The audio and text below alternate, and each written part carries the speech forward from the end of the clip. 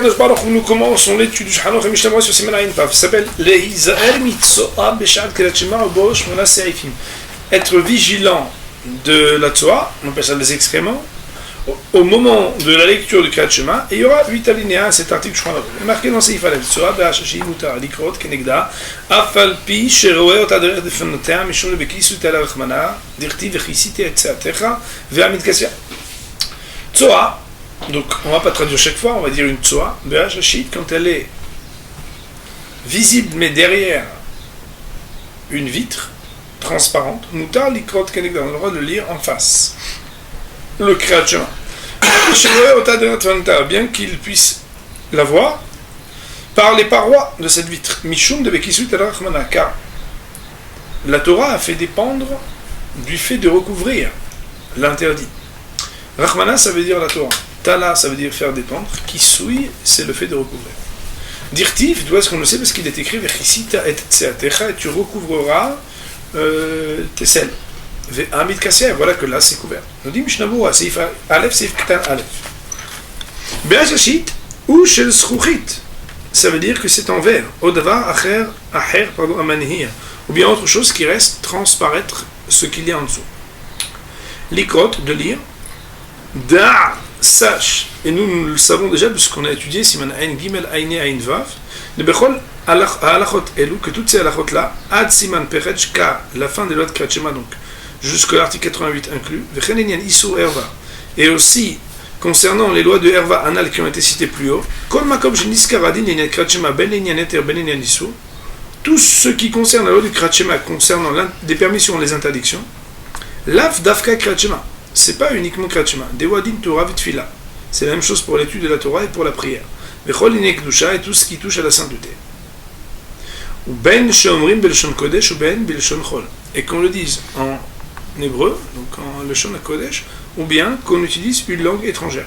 Autrement dit, pour dire Divrei Torah, que ce soit en français, en hébreu, dire le nom d'Hachem, une bénédiction en hébreu, alors Maaseh Yoé, des restrictions.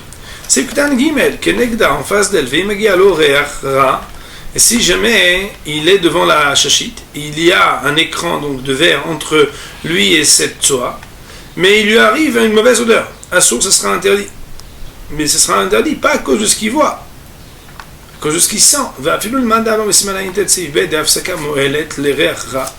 Et même d'après ceux qui disent dans l'article 79, au deuxième alinéa du Shulchan Aruch, qui dit là-bas que Behemet, une afsaka, c'est-à-dire un écran, pourra servir pour permettre de lire là où normalement il y a des mauvaises odeurs. Davka mechitza shoroshu b'finatzmo, c'est uniquement lorsqu'il y a une mechitza qui sera définie, on la prendra là-bas, comme étant un domaine en soi, avec une certaine dimension, une certaine hauteur, un certain volume. Aval kfiat keli, mais le simple fait de mettre un ustensile, alors ça sera pas bon. Quoi qu'il en soit, arba amot, il ne reste pas moins qu'il n'y aura pas besoin pour cela de arba amot. Ça veut dire qu'il n'y aura pas besoin d'une distance de 4 amot, mimakom shekala areach, à partir du moment où l'odeur se sera arrêtée de se propager.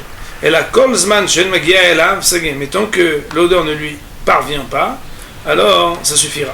Ken k'tava pri megodim besiman ze. C'est comme ça que le Pri Megadim, à notre article, il a écrit comme ça.